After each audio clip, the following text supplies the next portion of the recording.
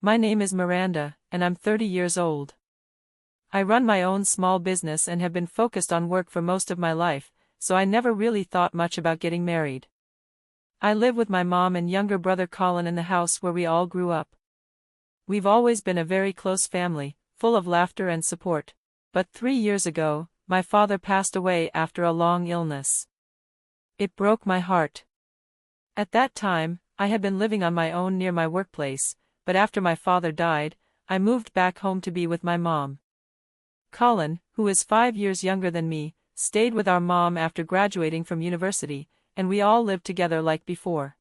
Last year, we renovated the entire house. We updated the outside, got a brand new kitchen, and redesigned every room to make it more beautiful and comfortable. The house turned out amazing. We loved it. Mom especially adored her new kitchen and said it was a joy to cook in. Life was peaceful and warm. Then something really exciting happened. Colin told us he was getting married. My mom and I were thrilled. We went out to a fancy restaurant to celebrate, and over dinner, we asked Colin a million questions. He looked a bit overwhelmed and kept sipping his wine, but he answered each one with a smile. He told us his fiancée, Stacy, was the same age as him and worked as a receptionist at a company he did business with. I teased him a little, "Are you sure you're not just flirting with the receptionist?" He laughed and said, "Of course not." We were all excited to meet Stacy, and a week later, Colin brought her over. "Nice to meet you." "I'm Stacy," she said with a bright smile. She was stunning, cheerful, and polite. She had such a warm energy that it was easy to like her. My mom and I talked to her and Colin in the living room, asking all about how they met. Stacy told us she had started chatting with Colin when he visited her office, and eventually, he asked for her number. They started dating soon after. My brother was blushing as she told the story, and I teased him about it. Stacy laughed and said, "I'm an only child, so I really admire this kind of sibling bond. I want to get along with you, Miranda." That made me really happy. We exchanged numbers and started hanging out more as a trio. Stacy began visiting our home regularly. She often stayed for dinner, and sometimes even stayed the night. She said she loved our house, especially the kitchen, and always praised how cozy and beautiful everything was. Over time, it really felt like Stacy had become part of the family. She got along well with Mom, and I started to feel like I had a younger sister. Then one day, Colin and Stacy registered their marriage, and we all celebrated together with another dinner out. At that dinner, my mom asked them, "Now that you're married, where will you live?" To our surprise, Stacy said, "I was thinking we could all live together in this house." Colin looked surprised. "Really? You want to live with us?" Stacy nodded. "I'd like to be close to your mom. I want to help take care of her in the future." Mom and I were touched by her words. We thought Colin had found a truly kind and thoughtful wife. So just like that, Stacy moved into our house. We gave her a room, and since she had already stayed over many times before, it didn't feel too different, at first. But not long after she moved in, things started to change. One evening, Colin was out with his friends, so Mom, Stacy, and I had a little girls' night at home. We had a few drinks and talked about all sorts of things. It was light-hearted and fun, until Stacy suddenly asked me a question. "By the way, Miranda, where did you go to college?" I replied honestly, "I didn't go to college. I started working right after high school." There was a pause. Stacy's face changed. "What?" she said, sounding surprised. "You're a high school graduate?" "Yeah," I said quietly. She didn't say anything else that night, but from the next day on, her attitude toward me changed. At first, I thought I was imagining it. She still spoke kindly to my mom and acted normal in front of Colin. But when we were alone, she was cold, barely said hello, ignored me, or responded with short, rude replies. Then one day, when we were alone in the kitchen, she said, "I can't believe my husband's sister is just a high school graduate. That's embarrassing." I was shocked. "Why would that matter?" I asked. She rolled her eyes and said, "Because it makes you look dumb. People like you shouldn't be living in such a nice house. I'm embarrassed to introduce you to my friends or family." I stood there frozen. Then she added, "You should consider going to college now." "Oh, wait, you probably can't." "Not smart enough, huh?" "It's pathetic. You're 30, single, and still living at home. Maybe try a marriage agency. If you lower your standards, someone might want you." I couldn't believe the words coming out of her mouth. This was the same woman who once said she admired my family and wanted to get along with me. Now she was mocking me for not having a degree, for being single, and for still living at home with my mom. From then on, she only got worse. She insulted me behind closed doors but acted sweet and polite in front of my brother and mother. It felt like I was living with a stranger, someone who wore a mask around others and only showed her true self when no one else was watching. The pain and tension grew every day. The home that used to be filled with warmth and laughter now felt cold whenever she was around. I began to dread being alone with her. And one day, when she sneered at me and said, "A low-educated woman like you shouldn't live in a house like this," I stood frozen. That's when Colin suddenly burst into the room. He had heard everything. "Hey, Stacy. What are you saying to my sister?" he shouted.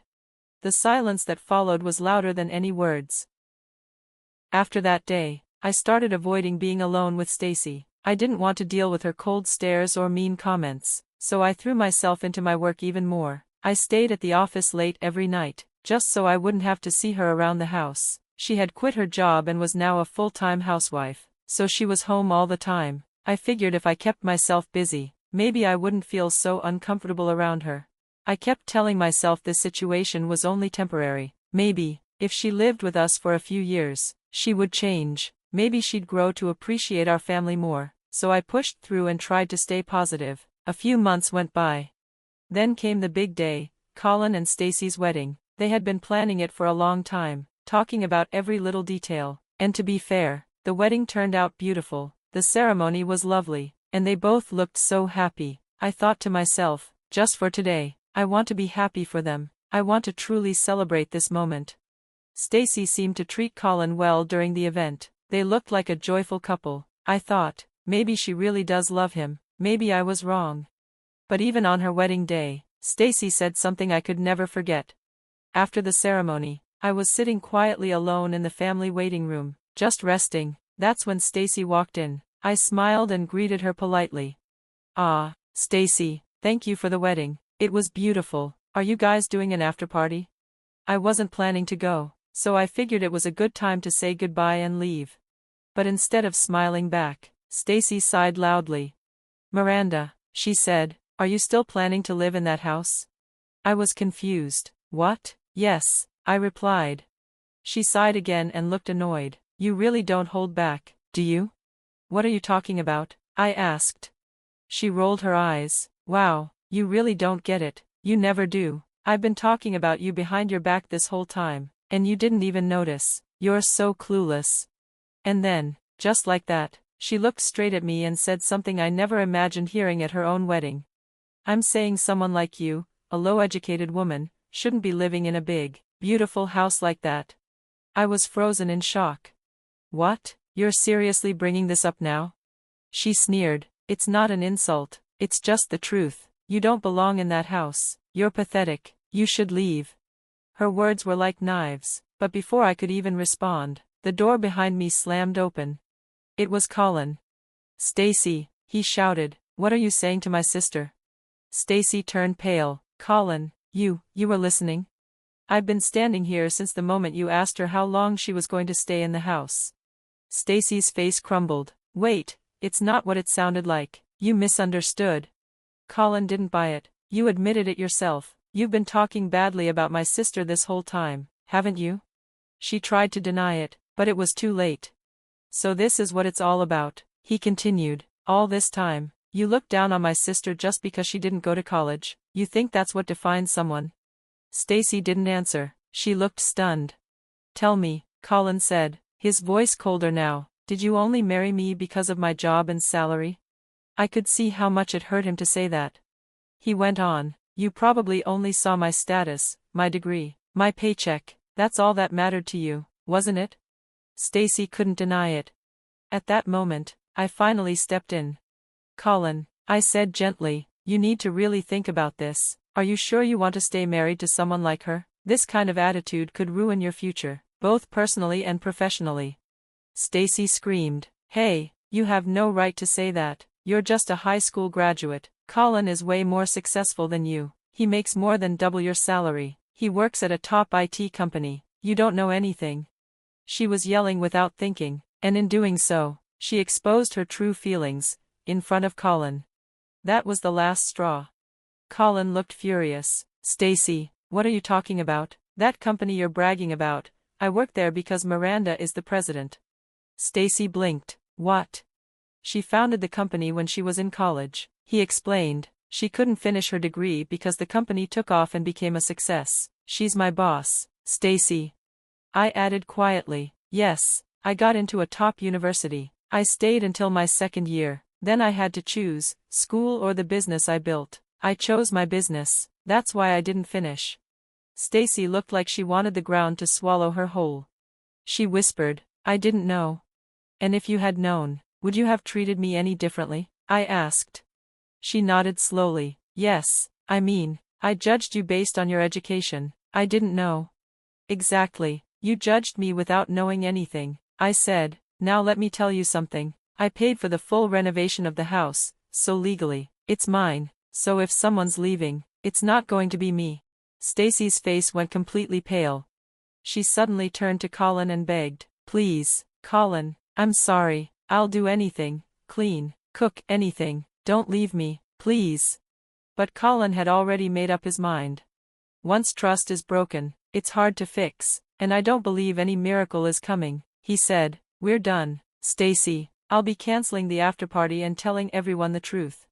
"No, please." Stacy dropped to her knees, sobbing. But Colin simply walked out of the room. And just like that, their wedding ended in disaster.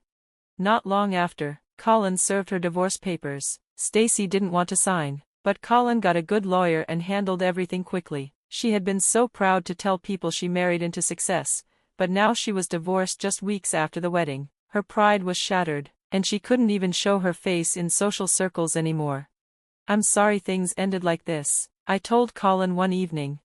But he shook his head. "No, Miranda, you saved me, you showed me who she really was. Next time, I'll marry someone you trust." I smiled, hearing that warmed my heart. Maybe one day I'll get married too, but for now, I'm happy just living peacefully with Colin and Mom, just the three of us. And our house, it feels like home again.